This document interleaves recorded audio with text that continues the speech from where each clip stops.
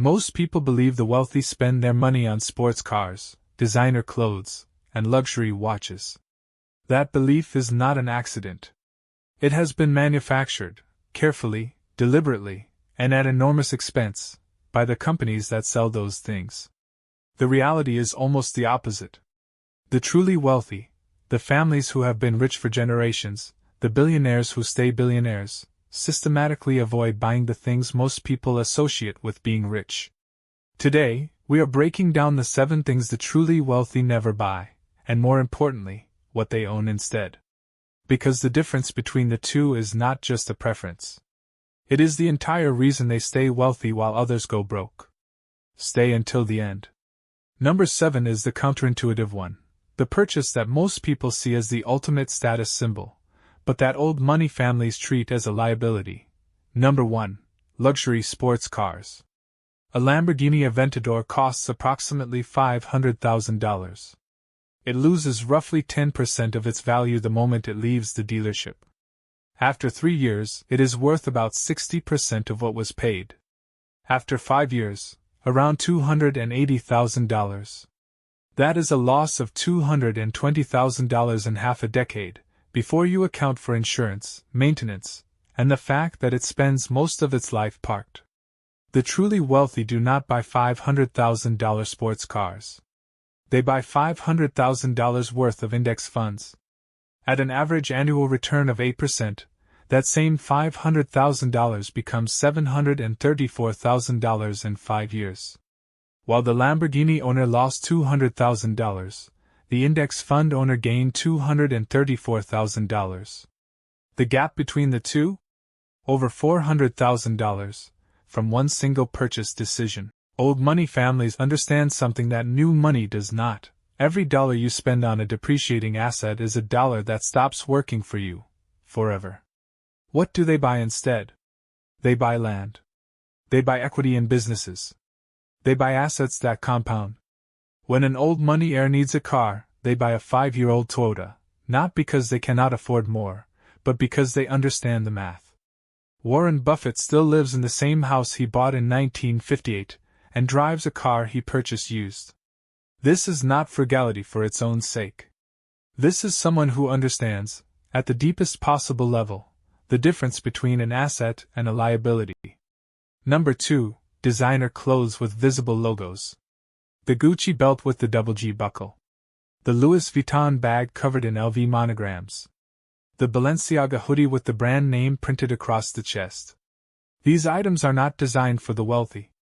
They are designed for people who want to look wealthy, and who are willing to pay a premium to borrow the brand status, even temporarily. The truly wealthy do not pay to advertise someone else's company on their body. When Mark Zuckerberg wears the same gray t-shirt every day, he is not making a fashion statement. He is eliminating a decision. When you have to make 1,000 high-stakes decisions every day, what you wear should not be one of them. Old money families buy quality without logos. Their clothes are custom-made by tailors whose names only appear in private address books, not on billboards. The fabric is better. The fit is better.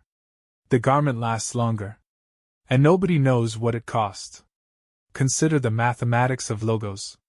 A Louis Vuitton monogram bag costs roughly $3,000. The same quality leather bag, made by a skilled artisan without the logo, costs perhaps $800. The difference, $2,200, is not the value of the materials or craftsmanship. It is the price of the logo. You are paying to be a walking advertisement.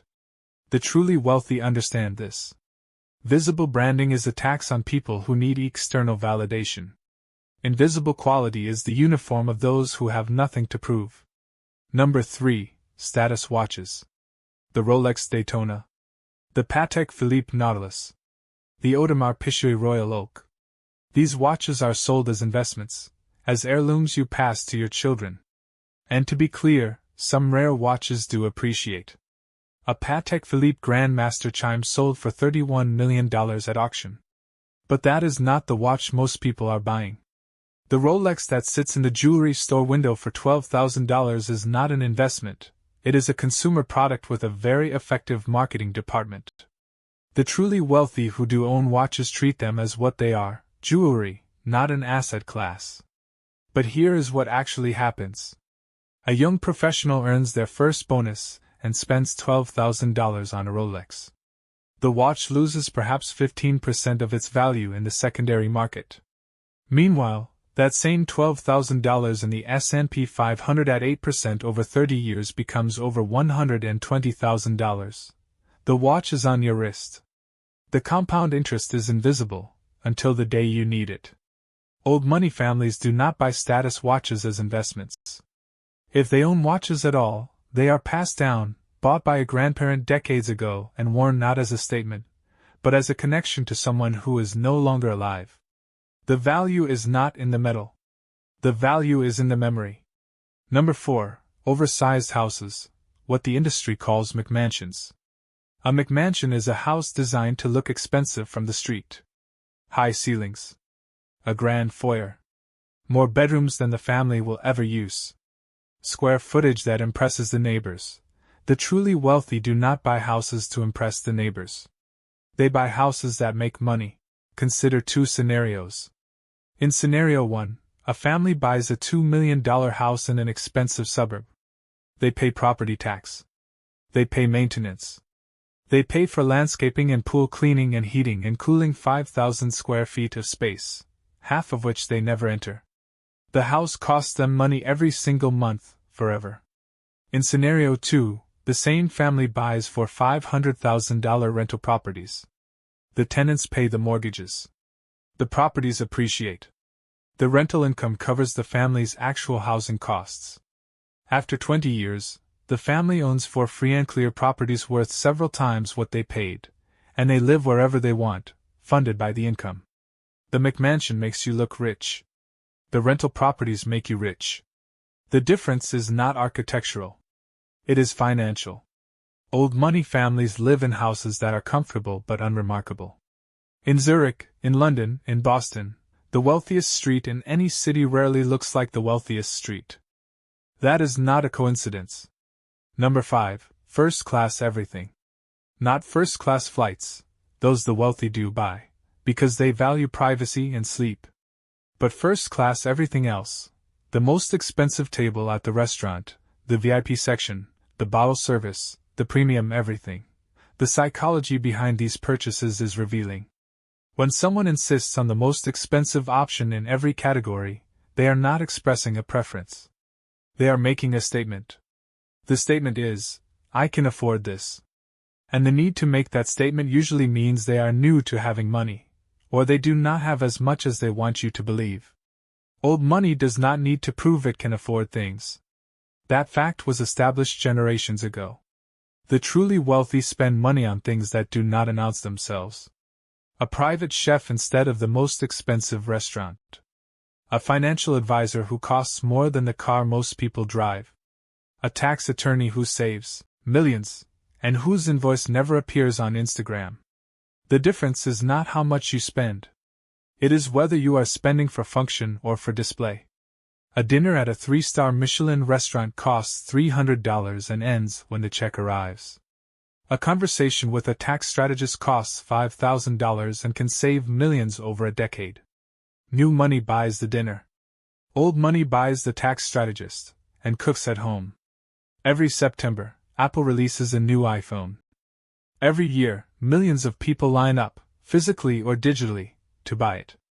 The difference between this year's model and last year's is incremental: a slightly better camera, a marginally faster processor, a screen that is fractionally brighter. The total cost of upgrading your phone every year is approximately $1,200. Over a 30-year working life, that is $36,000, just on phones. Invested at 8%, it is over $140,000.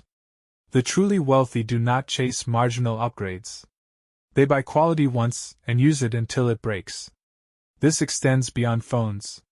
The wealthy do not redecorate their homes every 3 years because trends changed.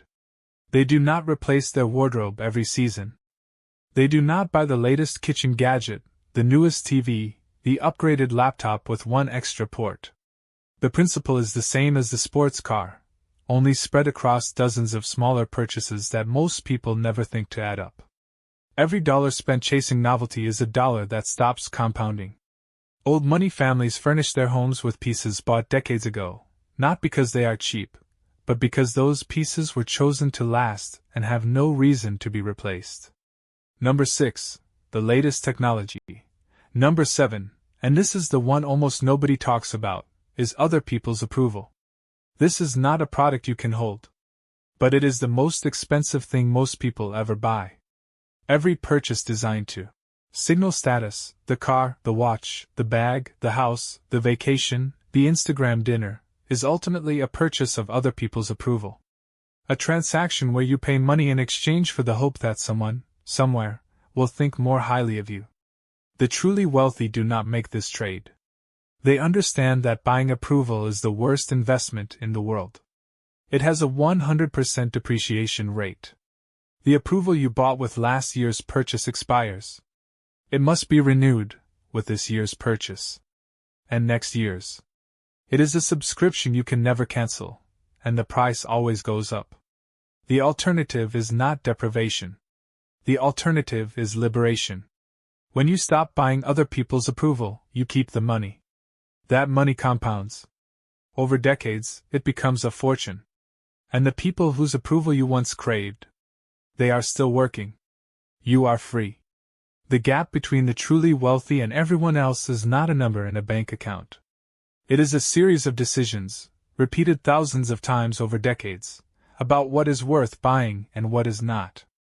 A sports car versus an index fund. A logo versus a tailor. A McMansion versus rental properties.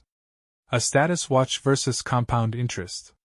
First class everything versus functional quality. The latest tech versus things that last. Other people's approval versus your own freedom. Each decision, on its own, seems small. A few thousand here. A few thousand there. But compounded over 30 years, the gap between the person who bought approval and the person who bought assets is not a few $1,000s. It is the difference between working at 65 and retiring at 45. Between leaving your children an inheritance and leaving them nothing. Between a life defined by what you own and a life defined by what you no longer have to do. The truly wealthy buy freedom. And freedom, by definition, does not need to announce itself.